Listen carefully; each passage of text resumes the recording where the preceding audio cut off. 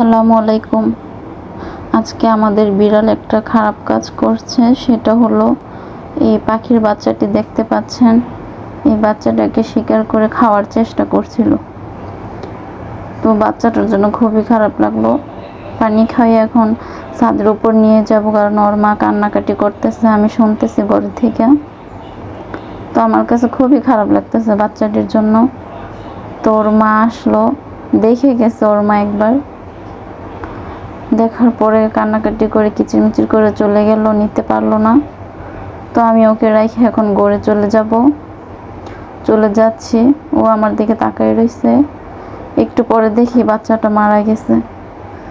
তো বিড়ালকে বকা দিলাম, তুমি কেন এত বড় অপরাধ করলা, তোমার ক্ষমা নাই, আজকে তোমার খাবার দিব না। তুমি এটা শিকার করে খেয়ে ফেলতে, তাও আমার এত কষ্ট লাগতো না।